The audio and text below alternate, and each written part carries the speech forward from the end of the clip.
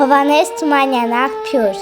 Սարի լանջին ժայռի տակ ջուր էր բխում սառնորակ ու ցրվելով խոտերում իզուր ճահիճ էր դառնում։ Նրա առջև մի խոր գուշ շինեց հովիվն ու անուշ, խաղ ասելով նա տարավ, ջրեց հոտը իր ծարավ։ Պահրեն անցավ էն սարից, շոգից հանած չոր լեզուն, կուշտ խմեց աղբյուրից, ապա նայեց Աստծուն, անցորն եկավ տոթակեց սառնաղբյուրին, որ հասավ, գլխարկն առավ ու չոքեց, խմեց սիրտը հովացավ, ու տվավ իր օրհնանքը, անցվոր մարդը էն բարի,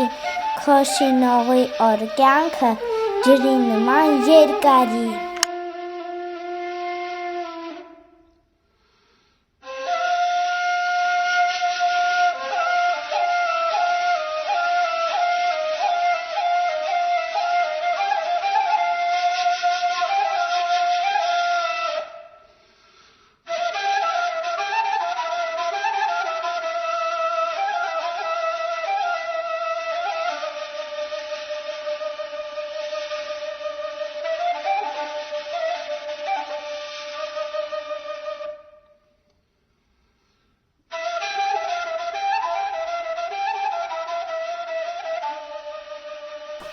Հովհաննես Թումանյան, Համերգ։ Վտակը ժայռից ներքև է թռչում, թափ առած ընկնում քարերի գլխին, զարկում ավազին, շաչում է ճչում անհանգիստ, փրփուրը բերնին, ինչպես ծերունին ձենով պառաված, ձայնարկում է ջիր թողնիկի երգին, այնպես է ծերուկ անտառը կամաց, արձագանք տալի ջրի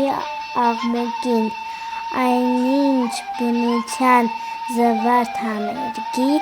ունկնդիրն անխոս ու հավերժական, ժայռը մտախոհ իր մռայլ մտքի ետևից ընկած լսում է նրան։